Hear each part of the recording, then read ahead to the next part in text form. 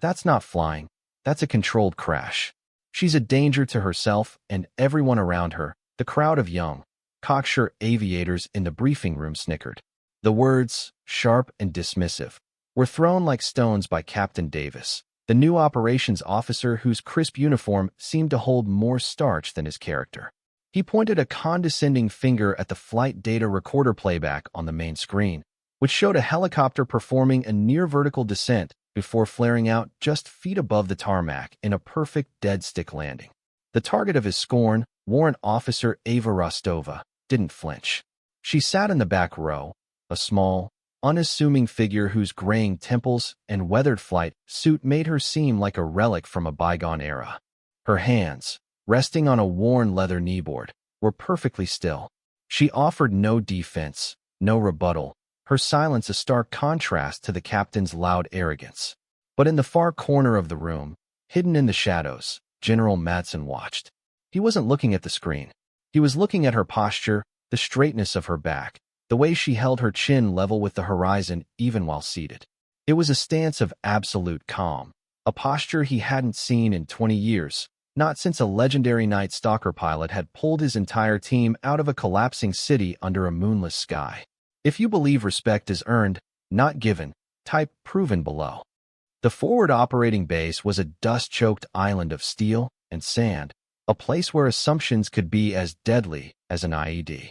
Captain Davis, fresh from a staff college where theory was king, saw the world in regulations and checklists. He saw Warrant Officer Rostova, call sign Ren, and saw only a liability. Her aircraft, a heavily modified MH-60, was an older bird, stripped of non-essential systems and reinforced for a role Davis couldn't comprehend. He saw her training methods as reckless provocations. Her nap of the earth flying, weaving through canyons at speeds that defied the manufacturer's recommendations, was, in his words, unprofessional showboating. He grounded her from all combat-related sorties, relegating her to milk runs and supply transports within the base's secure perimeter. To the other pilots, she became a ghost in the hangar, a quiet woman who spent her days performing meticulous maintenance on her bird, her movements practiced and economical. Her silence was universally misinterpreted as meek acceptance, the quiet resignation of a career winding down. She never argued. When Davis delivered the humiliating orders, she simply looked him in the eye, offered a clipped, "Understood, sir," and returned to her work. She was a professional, and professionals follow the chain of command, even when it is guided by ignorance. Her calm was a language no one else there seemed to speak. Then the world broke. A frantic call, shredded by static and panic, crackled over the command frequency. An Osprey, call sign Vanguard, carrying a high-level command element, was down. Shot down deep inside a treacherous canyon system known as the Needle's Eye, a place so notoriously dangerous for air travel that it was a designated no-fly zone for all conventional assets. A ferocious, unforecasted storm was boiling over the ridgelines, its winds already grounding the fast movers and Apache gunships. On the tactical map, the blinking red icon of the crash site was a death sentence. And then the second piece of intelligence came through, chilling the command tent to its core. The two passengers were General McCleary, the theater commander, and his deputy, General Madsen's own mentor. Panic began to set in. Rescue assets were considered and immediately dismissed. Too slow, too vulnerable, too conventional. "There's no way in," Davis stated with grim finality, his theoretical knowledge confirming the impossibility. "We can't risk a crew for a recovery that's already a failure." But General Madsen, his face a mask of granite, strode to the tactical map, his eyes tracing the jagged lines of the canyon. "There is one way," he said, his voice low and authoritative. He turned, his gaze sweeping over the assembled officers and landing on the one person not wringing their hands. He walked directly to Ava Rostova. He didn't need to ask if it was possible. He simply asked the only question that mattered. "Warrant Officer," his voice cut through the tension, "can you get them?" Ava stepped forward, her eyes scanning the topographical display.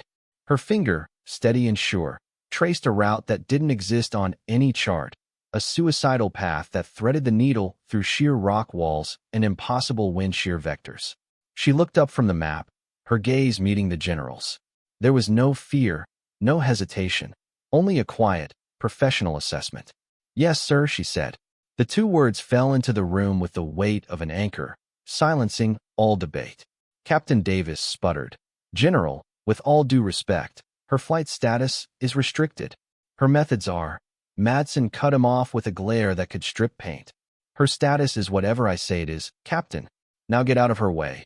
Ava was already moving, her stride efficient and purposeful. She didn't run. She flowed toward the hangar, a study in controlled urgency. The narration of her preparation would have been one of rhythmic precision. The click of her helmet visor locking into place. The smooth, practiced motion of her hands across the instrument panel, flipping switches not in a sequence learned from a manual, but from thousands of hours of muscle memory. As she spooled the engines, Davis watched from the tower, his arms crossed, a smug look of "I told you so" already forming on his face. But when Ava lifted off, she didn't ascend vertically. The MH-60 leaped forward, banking so aggressively that its rotor wash kicked up a cyclone of dust and hugged the ground as it accelerated, disappearing into the storm's maw in seconds. The tower was left in a state of profound, shocked silence. Back in the command tent, the only sign of the rescue mission was a single, faint blip on the tracking screen and Ava's voice over the comms, a voice devoid of any emotion, a calm counterpoint to the raging storm. "Entering the Needle's Eye," she reported, her tone as level as if she were ordering coffee. "Wind shear at 40 knots from the east." Adjusting collective on the screen, her icon danced a ballet between topographical lines that were stacked so tightly they looked like a solid wall. The controllers, seasoned veterans themselves, watched with a mixture of horror and awe. They were witnessing an artist at work, a master of a craft they had only studied. Then, a new sound.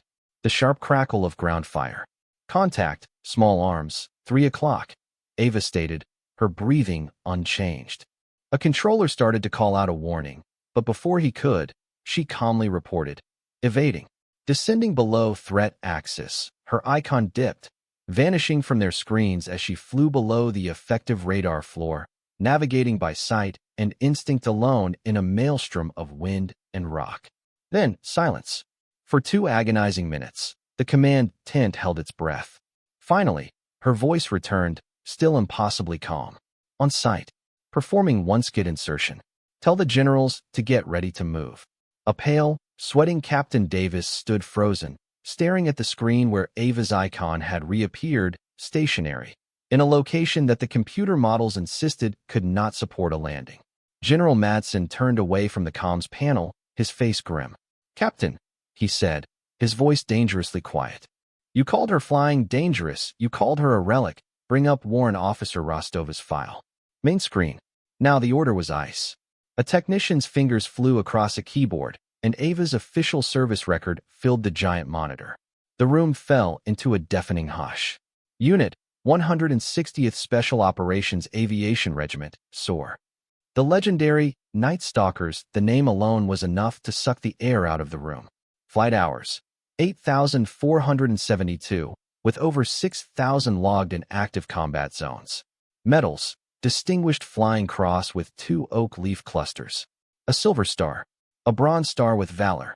Special Qualifications, a list that scrolled on and on. Tier 1 Asset Support. High Altitude / Extreme Cold Weather Extraction. Maritime Interdiction. Then, at the bottom, was a personal commendation, an entry logged over a decade prior by the founder of the Night Stalker program himself. It read, "Rostova does not fly a helicopter. The machine is a crude extension of her will.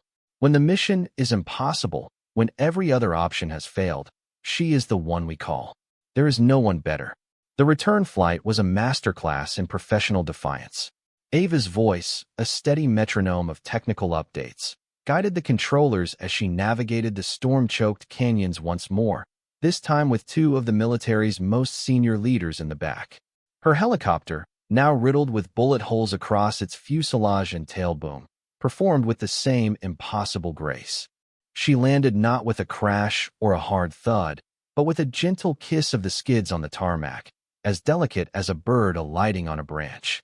As she began the shutdown sequence, the whine of the turbines spooling down, General Madsen was already walking onto the flight line, followed closely by the rescued and visibly shaken General McCleary. They didn't approach the cockpit. They stood at attention 20 feet from the aircraft and waited. When Ava finally emerged, pulling off her helmet and running a hand through her sweat-matted hair, she saw them. In the swirling dust and fading light, the two highest-ranking officers in the entire theater of operations rendered her a slow, formal salute. It was not a salute to a worn officer. It was a salute to a legend, a gesture of profound, wordless respect that echoed louder than any commendation. Ava, ever the quiet professional, paused, straightened her back into that familiar, rigid posture, and returned the salute with crisp, perfect precision.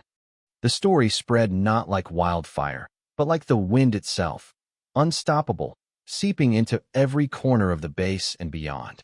It was told in hushed, reverent tones in chow halls, debated on secure online forums, and repeated by grizzled sergeants to wide-eyed privates.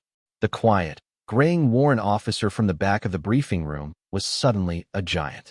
The tale of Ren's needle became the new standard for courage and skill. The next day, Captain Davis found Ava in the hangar, where she was methodically patching a bullet hole in the skin of her aircraft. He stood there for a full minute, watching the steady, competent movements of her hands. She didn't acknowledge him until he spoke. "Ma'am," he began, his voice stripped of all its former arrogance.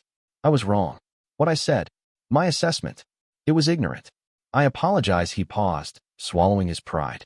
Can you teach me?" Ava stopped her work. She looked up, her eyes meeting his. She saw not the arrogant officer from the briefing room, but a humbled man who finally understood the difference between theory and reality. She studied him for a long moment, then gave a single, deliberate nod. Her silence was no longer ambiguous. It was the quiet, deep assurance of a master, an affirmation that the most important lesson, humility, had finally been learned. Months later, the culture of the entire air wing had shifted. The Rostova maneuver, once dismissed as reckless, was now the name of an elite training exercise for high-risk insertions, taught only to the very best pilots under Ava's direct supervision. Captain Davis, now one of her most dedicated students, had traded his loud confidence for a quiet, burning desire to truly understand the art of flight. His arrogance had been shed like a useless skin, replaced by the profound respect one can only have for a true master. On the main bulletin board in the pilot's lounge, where flight schedules and official notices were posted, a single, grainy photograph now held the place of honor. It was a picture of Ava's battered MH-60, sitting silently on the tarmac in the moments after the rescue. Pinned beneath it, someone had written a simple, powerful sentence that had become the wing's unofficial motto. "Competence is the only authority." The photo served as a constant reminder, a silent lesson for every new pilot who walked through the door, teaching them that the measure of a warrior is not found in their rank or their rhetoric, but in their actions when the storm closes in. True legacy isn't a story you tell about yourself. It is a story others tell about you, whispered in corridors and passed down to new generations as a benchmark for excellence. It is not built on loud proclamations of worth, but forged in the deafening silence that follows an impossible feat. It is proven in the calm, steady hands of a professional who lets their actions speak for them, knowing that results are the only language that truly matters. Ava Rostova never sought fame or recognition. She sought only to be the best, not for applause, but for the sake of the lives that depended on her skill. Her worth was not defined by the opinion of a skeptical captain, but by the two generals who were alive to salute her, by the humbled officer she chose to teach, and by the legend she unknowingly created. Respect is not a right of rank. It is a privilege earned in the crucible of crisis, a silent nod of acknowledgement from those who have seen true mastery firsthand. For more stories where quiet competence triumphs over loud assumption and where silent professionalism defines their worth, subscribe to Unknown Heroine Stories.